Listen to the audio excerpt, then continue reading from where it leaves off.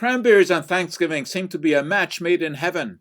But back in 1959, the little berries were relegated to hell just a few weeks before American Thanksgiving, and the industry ground to a virtual halt. Well, in the eyes of that industry, Arthur Flemming, the U.S. Secretary of Health, Education, and Welfare, was the devil incarnate. He was responsible for the collapse of sales. How had Flemming created this ire? By invoking the Delaney Clause. And this had been passed just a year before by Congress as an amendment to the 1938 Food, Drug, and Cosmetic Act. Introduced by Congressman James Delaney from New York, the clause stated that no additive shall be deemed to be safe if it is found to induce cancer when ingested by man or animal. That seemed like motherhood and apple pie, and it didn't raise an issue because at the time there were no food additives that were known to be carcinogenic. But then in 1959, a herbicide, aminotriazole, was detected in a batch of cranberries grown in the Pacific Northwest. Since studies had shown that this chemical, aminotriazole, caused thyroid cancer in rodents, Flemming, abiding by the Delaney Clause, released a statement advising people not to buy cranberries unless they knew their origin, just to be on the safe side. The public's reaction, as can be expected, was swift. Cranberry products remained on grocery store shelves.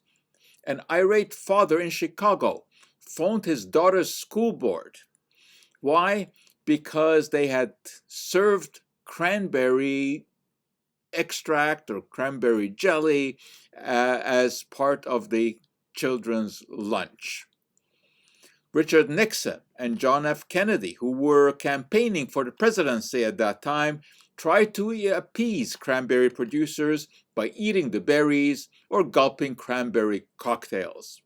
But their efforts were undone when Mamie Eisenhower, wife of the president, declared that she would be serving applesauce instead of cranberry sauce with her turkey. Apple producers rejoiced. Cranberry producers were devastated. The public was not pacified even when scientists pointed out that the rodents were fed the human equivalent of a truckload of aminotriazole. So what was the problem here? The Delaney Clause was not quantitative. It just asked the question whether a carcinogen was present. Not taking dose into account was unrealistic, especially as analytical techniques improved to the extent that by the 1990s it was possible to detect impurities down to the parts per billion level. Also, laboratory assays for cancer-causing substances became very sophisticated and the list of potential carcinogens grew. Finally, in 1996, the Delaney Clause was amended and applied only to substances that were expected to cause more than one case of cancer in 1 million people over a lifetime.